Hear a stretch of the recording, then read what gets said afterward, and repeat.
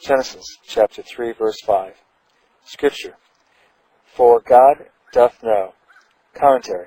Or, but God doth know, who knows all things, and has foreknowledge of all future events. He foreknows what will be the consequence of this event, eating the fruit of the tree, that it would be so far from issuing in death, which has threatened, that the effect of it would be a clearer understanding and a greater degree of knowledge of things, which he is unwilling should be enjoyed, and therefore has endeavored to prevent it by this prohibition, suggesting hereby, even in God, hated of the creatures he had made, and unwilling they should be as happy as they might. Scripture. That in the day ye eat thereof, then your eyes shall be open. Commentary. Not the eyes of their body, as if they were now blind, but the eyes of their understanding, meaning that their knowledge should be enlarged, and they should see things more clearly than they now did, and judge of them in a better manner.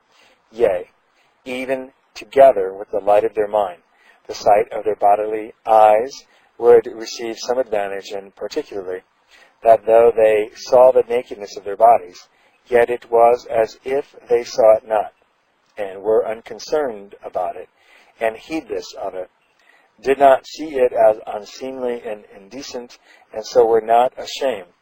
But now they should see it as it was, and be filled with shame and confusion. Scripture. And ye shall be as gods, knowing good and evil. Commentary. As Elohim, which word is sometimes used of civil magistrates, sometimes of angels, and sometimes of God himself, and of the divine persons in the Godhead. The Targum of Onkelos seems to respect the former, rendering it as great personage, princes, judges, civil magistrates, who ought to know the difference between good and evil, or otherwise would be unfit for their office. But this cannot be the sense here, since there was no such persons in being to whom the reference could be made, nor could it convey any proper idea to the mind of Eve, unless by them were mean principles and powers, or the almighty angels, as the Targum of Jonathan paraphrases the word, and so it imitates that upon eating this fruit they should be as wise and as knowing as those intellect creatures, though perhaps Satan might mean such angels as himself and his were, and that they should by sad experience know the difference between good and evil, as they did, but rather it is to be understood of that Elohim that made the heavens and the earth, for as yet the word had never been used, but of the true God and of the divine persons in the Trinity.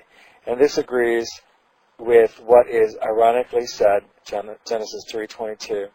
Behold, the man is become as one of us, as the devil told him he should, and as he believed he would. This was the bait laid for them, suited to his intellect mind and to the ambitious desires of it, not being content with finite knowledge, but aiming at omniscience or something like it. Now the temptation began to take place and operate.